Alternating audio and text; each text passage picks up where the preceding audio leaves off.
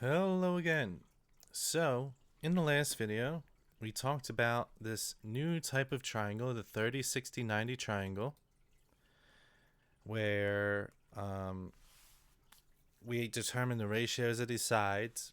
The shortest leg, the leg opposite to the 30-degree angle, has a value of x.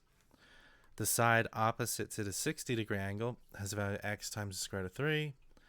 And the hypotenuse has a length of 2 times the smallest leg, or 2 times x. So, using this information, we can solve some problems like this one. So, find the value of each variable. We have a 90-degree angle, a 60-degree angle. That means this missing one here must be 30 degrees. And we know the side opposite to the 30-degree angle counts as like our regular x value. Now, I think the next easiest one to find is probably the hypotenuse, I guess. The hypotenuse has a value of 2 times our x value, which means, if our x is 5, then 2 times 5 is 10. And then finally, all right, I guess we shouldn't confuse it with like this x, but that was my bad. But this x here is different from the x I'm using like here. Just keep that in mind.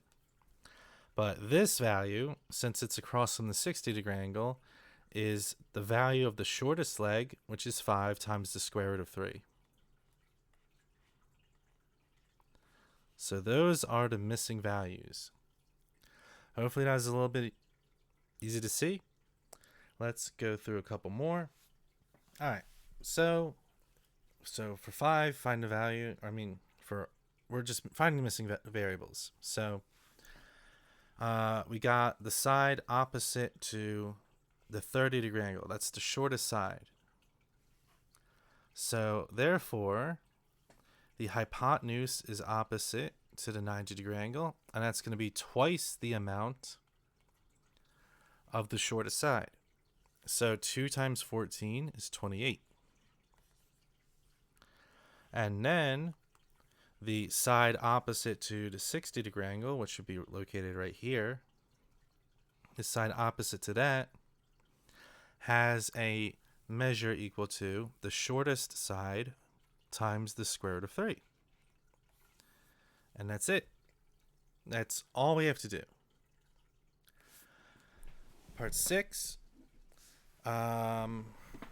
So slightly different. Now it gives us the hypotenuse. That's the hypotenuse. Sorry. So, all right. In terms of our ratios, that means the hypotenuse has a length of 2 times x. In this case, it actually matches up because x is the shortest side. So, if, the hypotenuse is 32 and the hypotenuse is 2 times x, our shortest side, dividing by 2 will give us our regular x value. And in this case, that would be 16. So x is 16. And of course, y, the side opposite to the 60-degree angle, or the second largest side, is just the shortest side, 16, times the square root of 3. So, not much to it. Let's continue on. Same thing for part 7. Now I'm just going to go through this a little bit quicker since I think the math is sort of explaining itself at this point. In this case, the shortest side is y. And the hypotenuse is a length of 46. Therefore, if I divide by 2, the shortest side y should have a length of 23. And then for x, the longer leg has a value of 23 times the square root of 3. Now, in part 8, here's where things get, a little bit more, It's annoying, I guess. So this, it gives us 20, which is the side opposite to the 60-degree angle. Now, shortest side is y. Hypotenuse, therefore, is 2 times that length, 2 times y. And the side opposite to 60 is y times the square root of 3. So, y times the square root of 3 is equal to 20. Divide by the square root of 3 on both sides to cancel out, and you get y is equal to 20 over the square root of 3. But just like when we used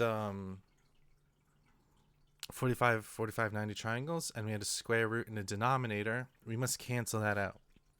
In this case, to get rid of the square root of 3 in the denominator, I'm going to multiply by the square root of 3 over the square root of 3. So when I multiply those together, I have 20 times the square root of 3, numerator times numerator. Denominator times denominator, square root of 3 times square root of 3 is just 3.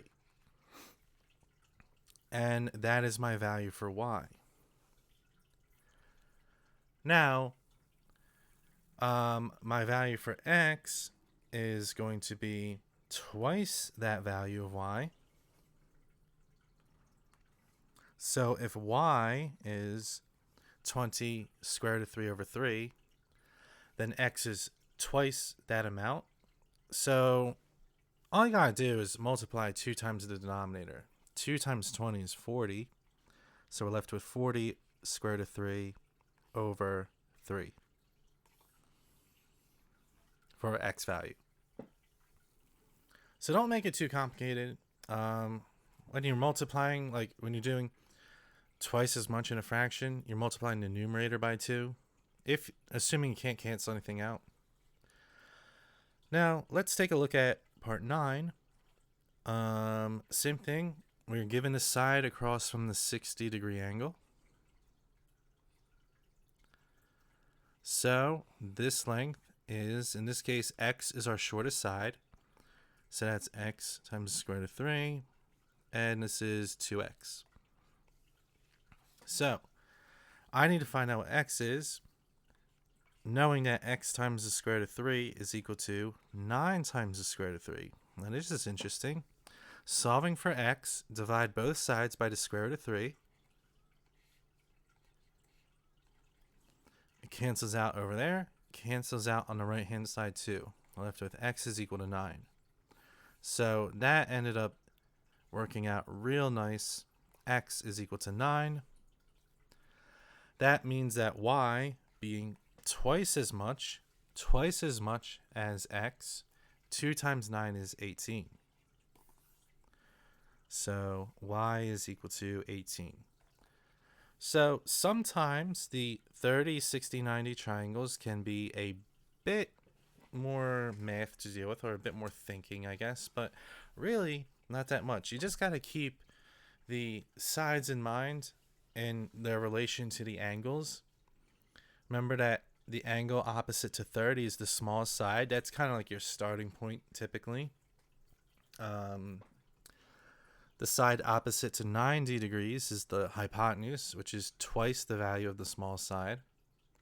And the side opposite to 60 degrees is the small side times the square root of 3. And as long as you keep those in mind, the actual math behind what we're doing is not so complicated at all. Just keep track of your work, take it step by step, keep yourself organized, and you'll be fine.